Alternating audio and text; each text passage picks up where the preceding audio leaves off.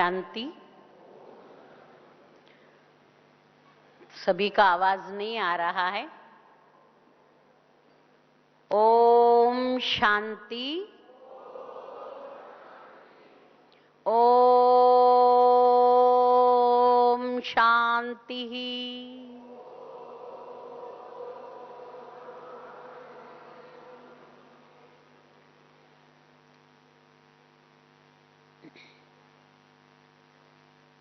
ये जो विशेष महामंत्र हमें हमारे प्यारे प्यारे बाबा ने दिया है, तो ये मंत्र हमें भी बहुत मन लुभाता है और दुनिया वाले लौकिक वालों को भी ये बहुत प्यारा मंत्र लगता है। इसलिए कोई कोई ब्रह्मा कुमारी आश्रम अथवा ईश्वरी विश्वविद्यालय कहने के बदले ओम शांति आश्रम अथवा ओम शांति सेंटर पर जाना है अथवा यहाँ पर है, इस प्रकार से ओम शांति शब्द से जानते हैं और खुद भी चाहते हैं ओम शांति स्थिति में रहने से शांति प्राप्त होती है। तो जैसे अभी हम सुन रहे थे कि वर्तमान समय पर हमारे प्यारे प्यारे मीठे मीठे बाप दादा का पाठ किस प्रकार से बदलता जा रहा है, ये मालूम होते हुए भी हम सभी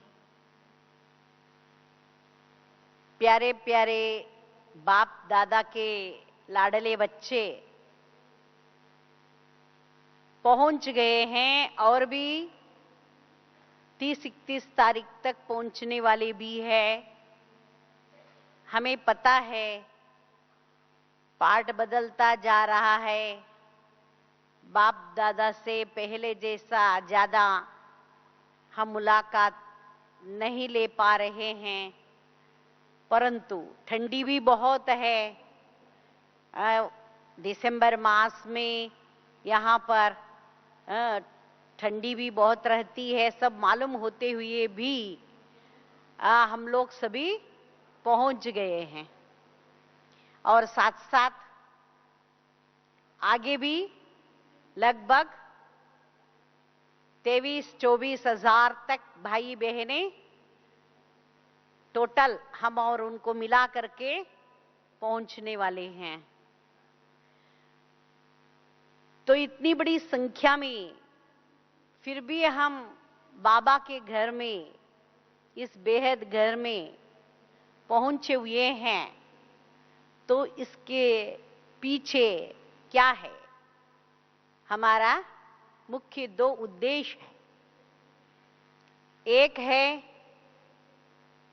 हम बाबा के बेहद घर में पहुंचकर अपने आप को रिफ्रेश कराकर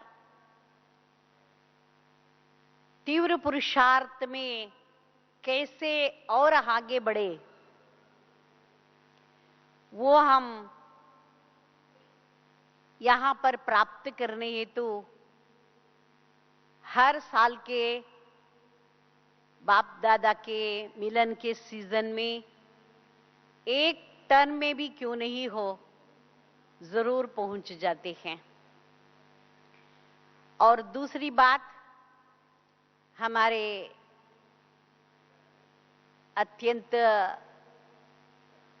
प्यारे मीठे बाप दादा का मिलन जरूर हमें होगा ही, ये लक्ष्य रख करके हम पहुंचे हुए हैं।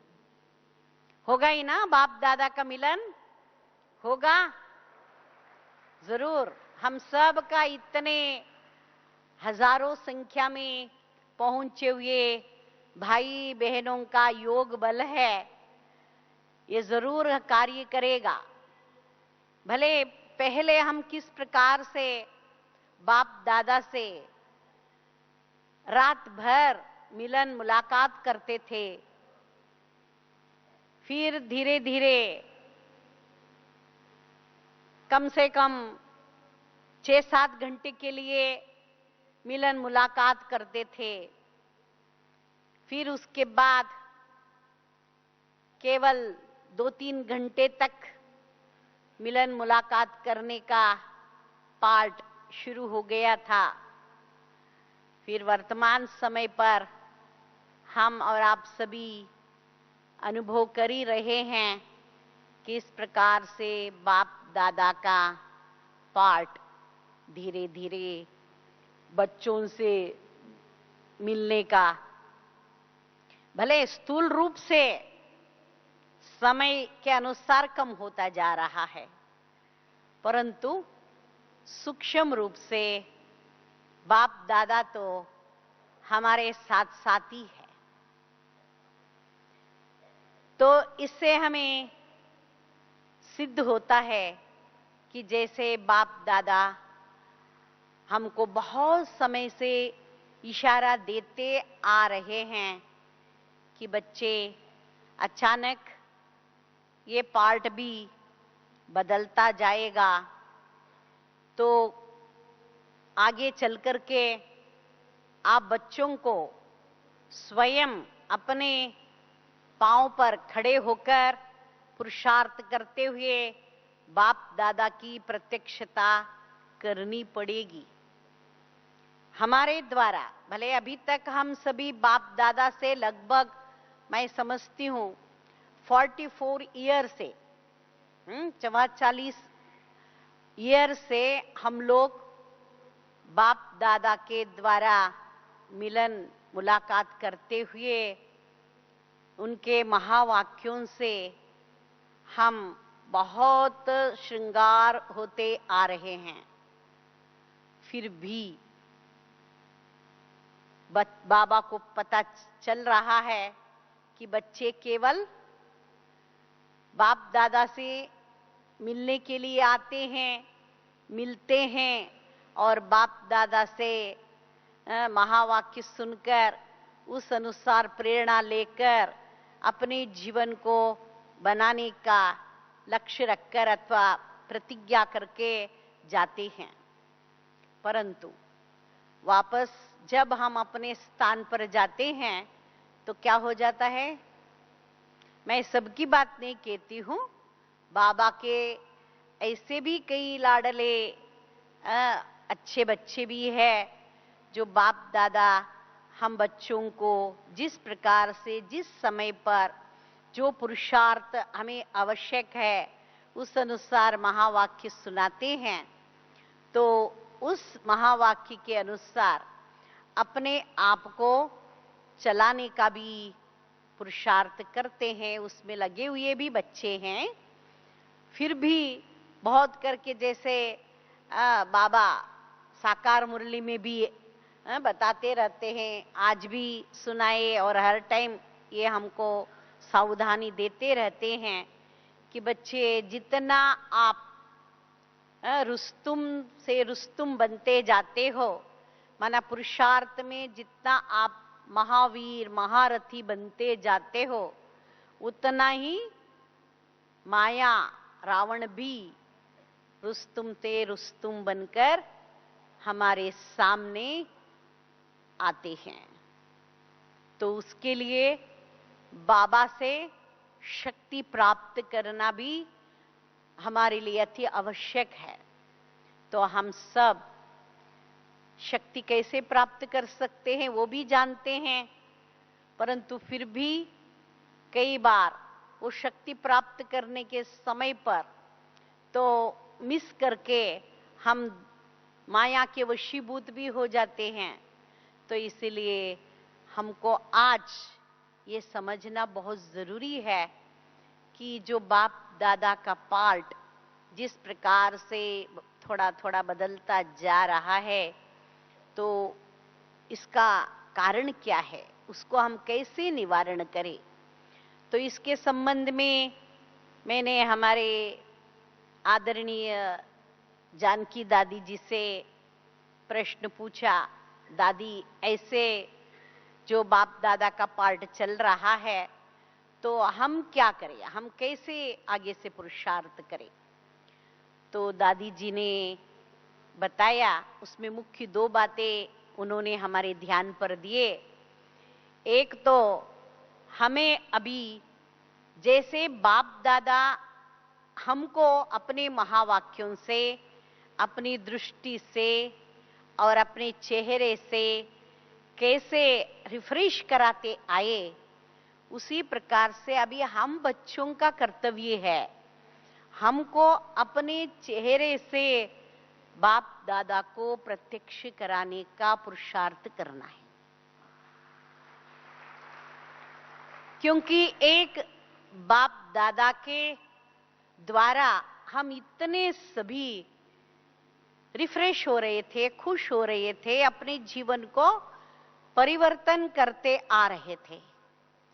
तो सोचिए, हम सब बाबा के बच्चे यदि बाप दादा के महावाक्यों को अच्छी तरह से समझकर अपने जीवन में धारण करके, यदि हम इतने सभी मास्टर बाप दादा, जैसे मास्टर ब्रह्मा है और मास्टर मम्मा है, इस प्रकार से हम मास्टर बाप दादा बनकर हम सबको अपने चेहरे के द्वारा, चलन के द्वारा, वाणी के द्वारा आत्माओं को, चाहे अभी अभी आने वाले सेवा केंद्र पर नई नई आत्माएं होती है तो उनको कई बातें, ज्ञान की कई बातें इतना मालूम नहीं रहती है, तो ऐसे आत्माओं को हम पहले इस प्रकार का अनुभव कराए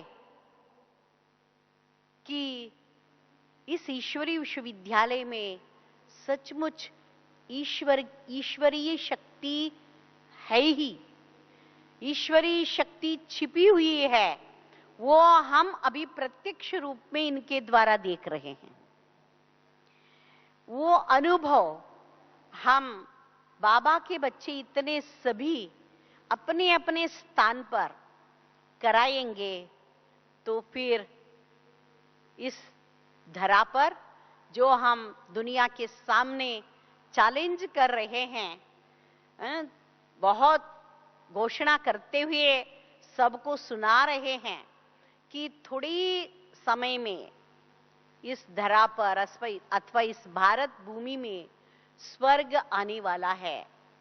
भले ये कलयुग का विनाश होगा, वो अलग बात है, परंतु हमें सदैव शुभ संकल्प रखते हुए, शुभ वाणी के द्वारा, शुभ कामनाओं के द्वारा, शुभ विचार जैसे हम सबको बता रहे हैं वैसे वही कार्य करके दिखावे।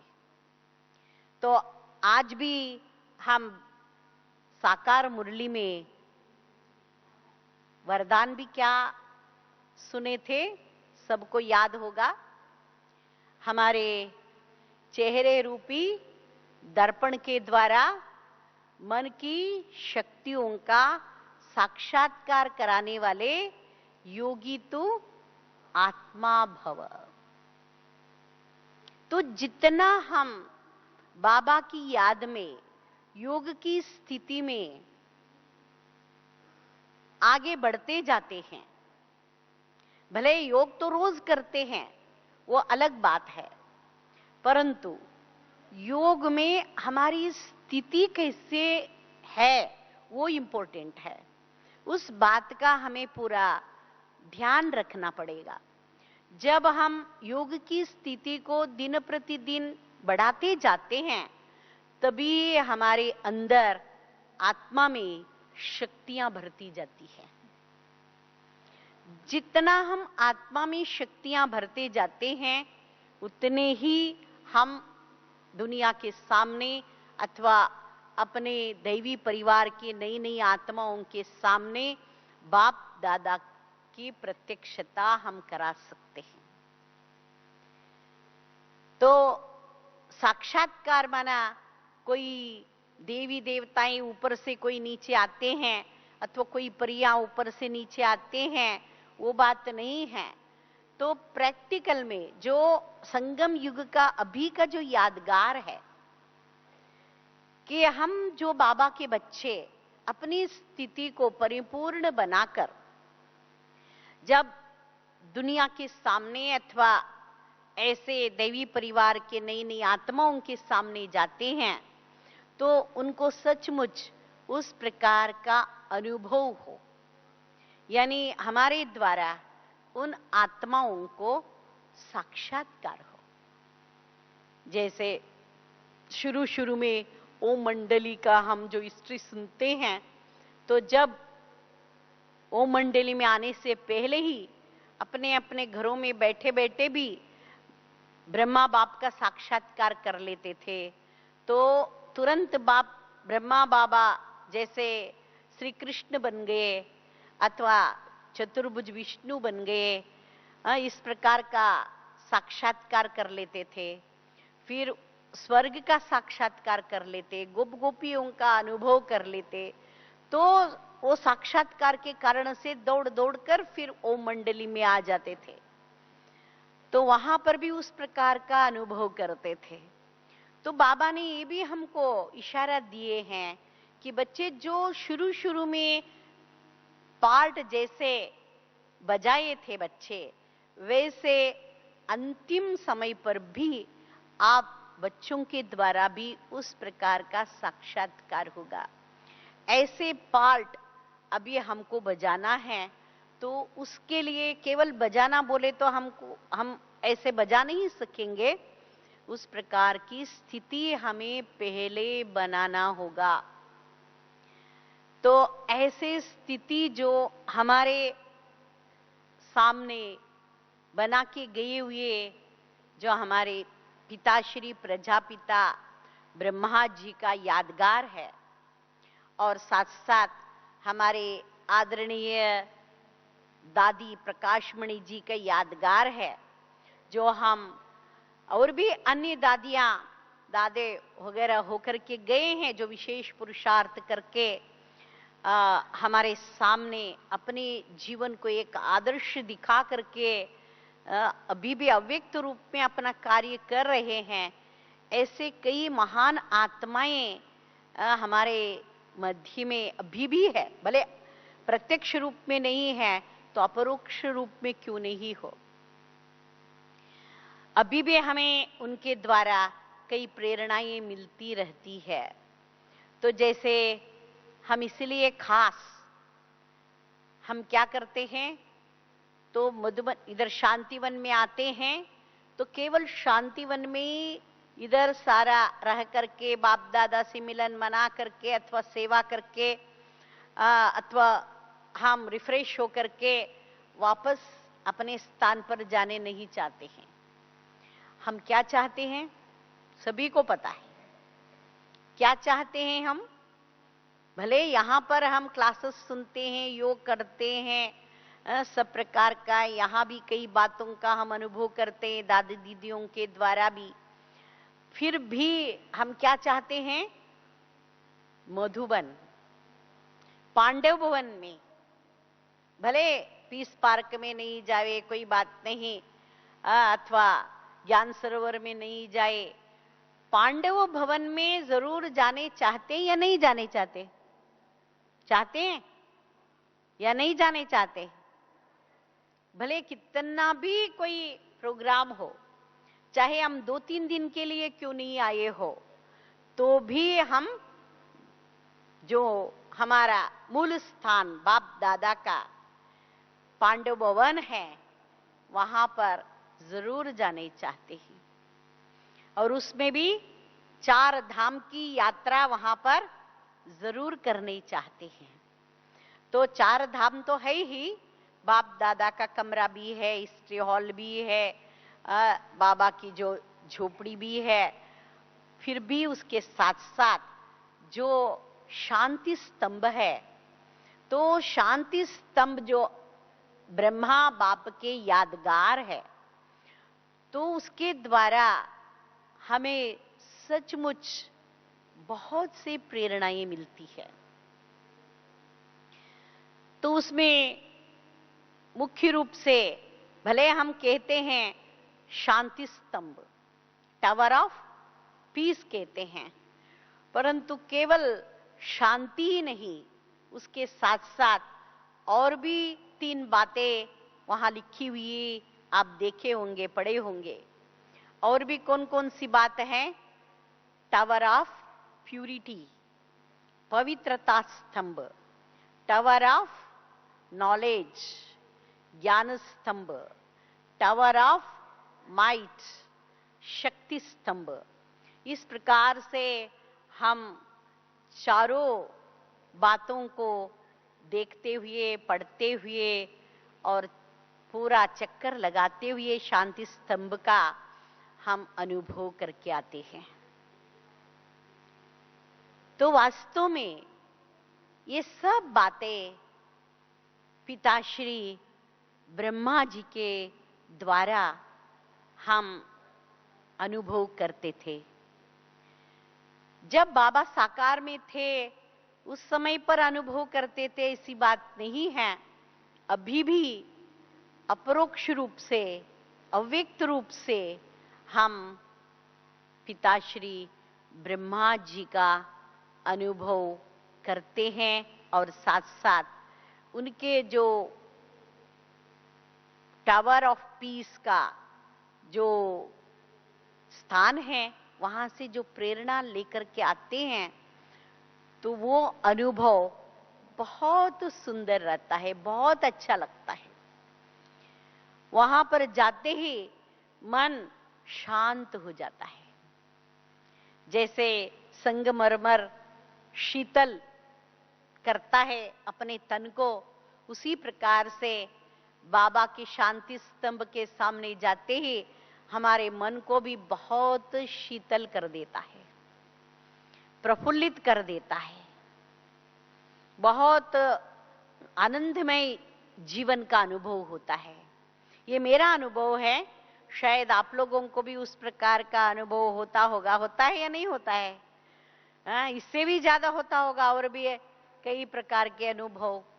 तो ऐसे हमको भी अपने आत्मा में शक्ति भरकर अपने अंदर शांति का अनुभव करते हुए ज्ञान के पुंज बनकर हम सदैव पवित्रता की किरणें चारों ओर सर्व आत्माओं को फैलाने का पुरुषार्थ करना है।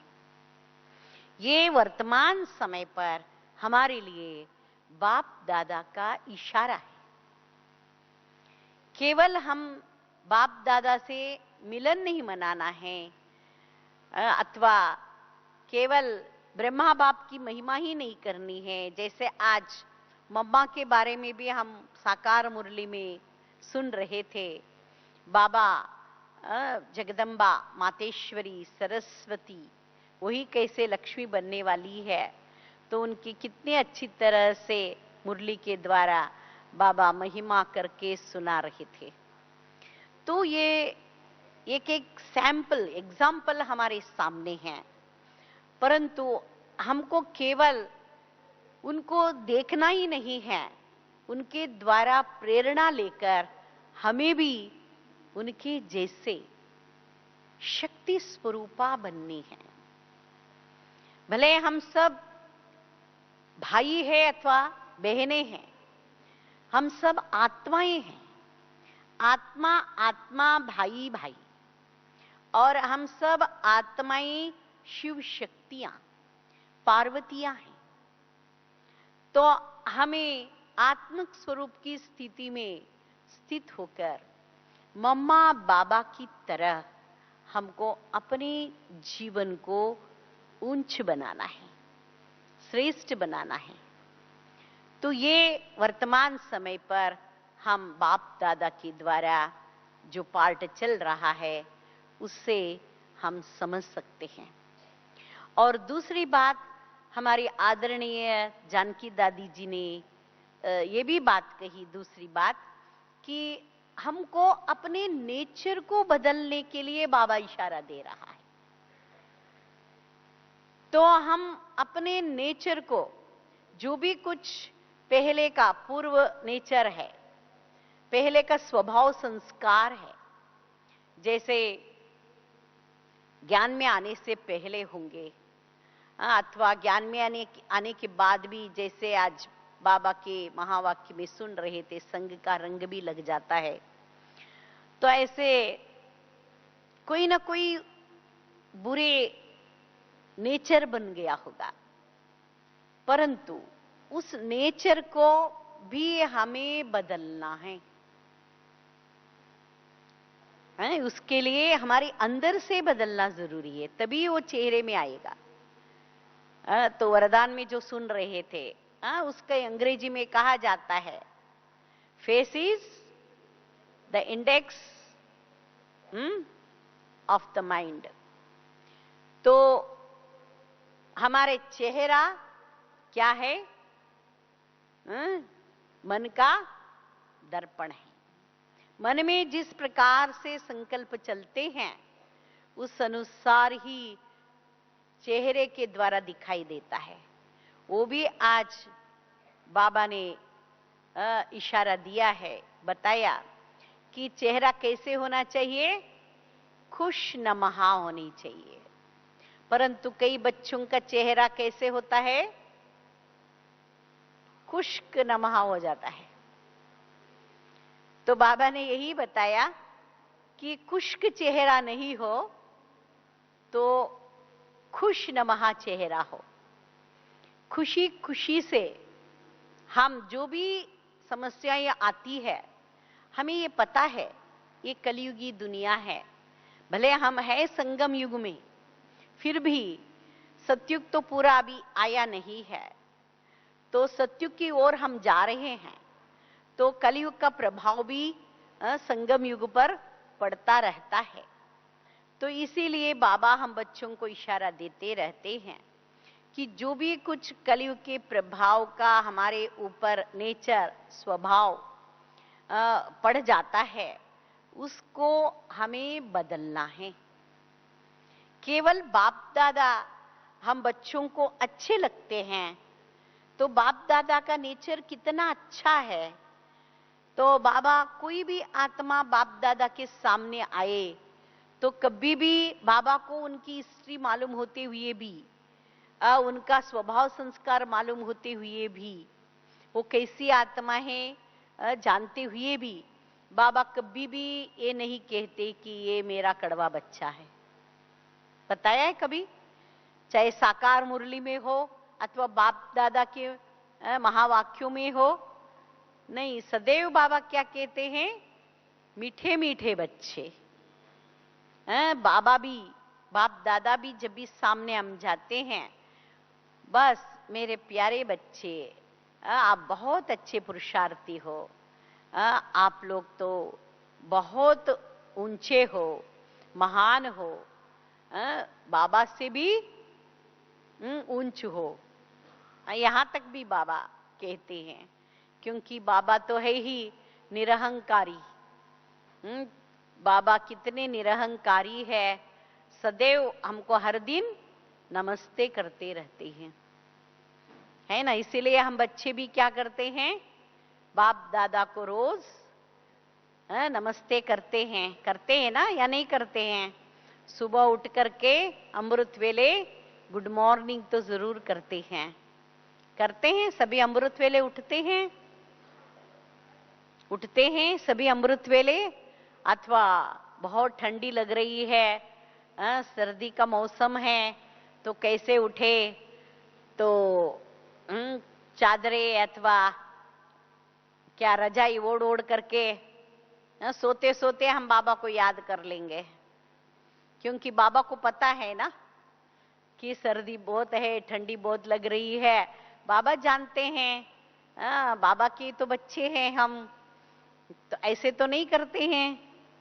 भले बाबा जानते हैं, बाबा बच्चों को प्यार करते भी हैं, फिर भी बाबा आज भी बताए, जो पूरा पूरा बाबा की श्रीमत पर बच्चे चलते हैं वही माया के ऊपर विजय प्राप्त कर सकते हैं, वही भविष्य में उच्च पद प्राप्त कर सकते हैं।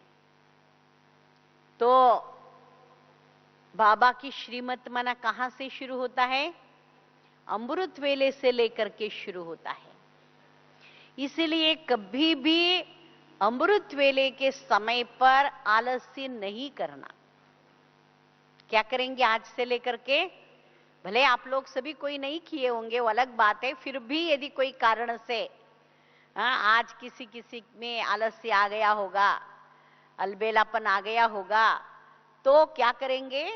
अभी आज इस क्लास के बाद जब योग में बैठेंगे 2-3 मिनट, तो ये जरूर प्रतिज्ञा करेंगे। क्या प्रतिज्ञा करेंगे? बाबा, मेरे प्यारे बाबा, बोलिए बोलिए, मेरे प्यारे बाबा, मैं कल सुबह अमृत वेले जरूर उठकर आपकी याद करूंगी अथवा करूंगा। तो ये हम योग के समय पर अभी मुख से जैसे बोले वैसे मनी मन में पक्का निश्चय करके प्रतिज्ञा करके जाएंगे, तो ऑटोमेटिकली वो प्रतिज्ञा, वो निश्चय हमको जगा देता है। अब देखना चाहे तो कल टेस्ट करके, परीक्षा करके। तो ये अमृत वेले का योग जो है, यही हम आत्माओं को शक्तिशाली बनाने वाली है। क्योंकि हम दूसरों को कहते हैं, जब इमारत 10 मंजिल का या 50 मंजिल का, 100 मंजिल का इमारत बांधना हो, तो क्या करना पड़ता है? फाउंडेशन मजबूत करना पड़ता है। फाउंडेशन जितना मजबूत होगा, उतना ही हम ऊंचे मंजिल बांध सकते हैं। नहीं है तो, फाउंडेशन मजबूत नहीं है तो बांध भी नहीं सकते। यदि कारपोरेशन से, म्युनिसिपैलिटी से परमिशन भी नहीं मिलता, यदि मिला, आप नहीं भी मिला, आपने बांध लिया, तो क्या होगा? आज नहीं तो कल वो क्रैक पड़ जाएगा, गिर जाएगा। तो इसीलिए ये सदैव हम ध्यान पर रखें कि सुबह अमृत वेले का योग माना हमारे सारे दिन के जो पुरुषार्थ का फाउंडेशन है। तो सारे दिन के जो हमारा पुरुषार्थ होगा, वो भी बहुत अच्छी तरह से होगा। जिस लक्ष्य रख करके हम पुरुषार्थ करने चाहते हैं, अथवा जो लक्ष्य रख करके हम यहाँ पर आए हैं, तो वो लक्ष्य को हम पूरी तरह से संपन्न कर सकेंगे। इसीलिए अमृत वेले का योग हम कभी भी मिस नहीं करें। और पढ़ाई के ऊपर भी आज बाबा ने ध्यान दिया है ना? पढ़ाई भी कभी हमको मिस नहीं करनी चाहिए। बाबा की मुरली, बाबा के महावाक्य हमें एक दिन भी मिस नहीं करनी चाहिए। हाँ, ये भी हमको ध्यान पर रखना है, तबीयत ठीक नहीं है अथवा कोई भी ऐसे परिस्थिति है, इसलिए हमको अपने कमरे में से यहाँ पर हॉल में आना नहीं हुआ, अथवा बाबा के कमरे तक आकर के योग करना नहीं हुआ, तो बहुत ऐसे रेयर केसेस होते हैं। कोई भी ऐसे समय पर होता है, सदैव नहीं हो सकता। यदि उसकी आदत हमने डाल दिया तो फिर वही कंटिन्यू हो जाता है। फिर दूसरे दिन भी उसी प्रकार से हमारा जीवन बन जाता है। वैसे ही मन चाहता है, वैसे ही हमारा स्वभाव संस्कार बन जाता है। इसीलिए बाप दादा हमें ये इशारा दे रहे हैं कि अभी आप बच्चों को स्वयं अपने स्वभाव को, संस्कार को परिवर्तन करके जो भी कुछ अभी तक लौकिक के बुरे संस्कार होंगे, अशुद्ध संस्कार स्वभाव होंगे, जो भी व्यर्थ होंगे, उनको बदल करके हमें क्या करना है? अपने संस्कार स्वभाव को श्रेष्ठ बनाना है, उच्च बनाना है। तो वही आज भी हम लोगों ने स्लोगन में क्या देखा था, क्या सुने थे? हमारा सरल स्वभाव, सरल बोल और सरलता संपन्न कर्मों के द्वारा ही क्या बाप दादा को हम प्रत्यक्ष कर सकते हैं। तो इसीलिए हमें चाहिए कि अपने स्वभाव को सरल बनाएं। जब हमारा स्वभाव, नेचर सरल हो जाएगा तो हमारा संस्कार भी बदलता जाएगा, यानी संस्कार भी सरल होता जाएगा। जब स्वभाव और संस्कार सरल होते जाएंगे तो अपने बोल, वाणी भी सरल होते जाएंगे, यानी सिंपल होते जाएंगे। सरल स्वभाव के होने के कारण मधुरता आ जाएगी हमारी वाणी में, नम्रता आ जाएगी। इसीलिए आप लोग दादी जी के प्रकाश स्तंभ पर भी जाते हैं ना, रोज बाबा के कमरे में तो जाते ही हैं, और हमारे आदरणीय दादी जी, प्रकाशमणि दादी जी के प्रकाश स्तंभ पर भी आप जाते हैं, तो वहां पर आप सभी प्रकाश लेकर के, प्रेरणा लेकर के जरूर अपने जीवन को परिवर्तन करने का लक्ष्य रखकर लेकर के आते होंगे। तो हम लोग शांतिवन का भी सब चक्कर लगाते हैं, तो प्रकाश स्तंभ पर भी जरूर जाते हैं। तो ऐसे हमारे आदरणीय प्रकाशमणि दादी जी ने भी उस प्रकार से जीवन को बना करके अपने सामने एक आदर्श बन करके गए हैं। अभी भी अव्यक्त रूप से हम सबको अपनी शक्तियों के द्वारा, सूक्ष्म शक्तियों के द्वारा और अपने गुणों के द्वारा, अपने जो भी कुछ पुरुषार्थ थे उसके आधार से दादी जी जो कुछ प्राप्त करके गई हैं, तो उन सब प्रकार के संस्कार स्वभाव के द्वारा हम सब को अभी भी वहां पर प्रकाश फैलाती रहती है। ये मैं जब प्रकाश स्तंभ के पास जाती हूं तो ये मैं अनुभव करती हूं। वास्तव में शक्तियां हम किस प्रकार से प्राप्त करें, भले हम लोग अष्ट शक्तियों की बातें हम दूसरों को सुनाते हैं, परंतु वो तो अष्ट शक्तियां जो हम कैलेंडर से अथवा अपने चित्रों के द्वारा अथवा कई बातों से, ज्ञान के द्वारा, कोर्स के द्वारा सुना लेते हैं, तो वो दूसरों के लिए सुना देते हैं, तो वो तो हो गया हमारे व्यवहार के लिए शक्तियां। परंतु स्वयं अपने अंदर भी हम कुछ विशेष शक्तियां अपनाने से ही हम बाप दादा को प्रत्यक्ष करा सकेंगे। तो उसके लिए हमारी वाणी भी परिवर्तित हो और साथ साथ हमारे कर्म भी सरल हो, यानी हमारे अंदर नम्रता भाव हो। इसलिए आप सभी देखे होंगे प्रकाश स्तंभ में भी लिखा हुआ है, सदैव कैसे रहो, सदा निमित्त और निर्माण भाव एवं निर्मल वाणी रखनी है। ये हमारे विशेष दादी जी के महावाक्य थे। दादी जी सदैव कहती थी, निमित्त और निर्माण रहो। तो सदैव नम्र चित्त होकर के चलो।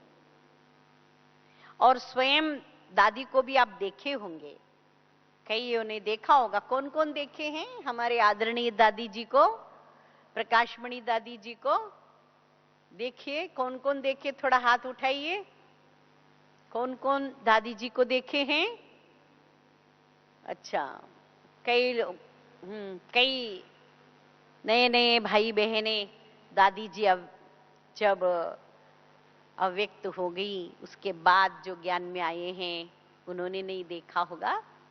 फिर भी आजकल तो कई ऐसे सीढ़ियां बनी हुई हैं, तो उसके द्वारा भी दादी जी को देखते हुए, दादी जी के प्रेरणा माना उनके महावाक्यों को सुनते हुए हम प्रेरणा ले सकते हैं।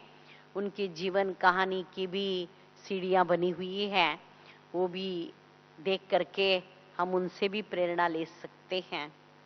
तो वैसे हमारे मध्य में इस प्रकार से कई ऐसे महान महान विभूतियां,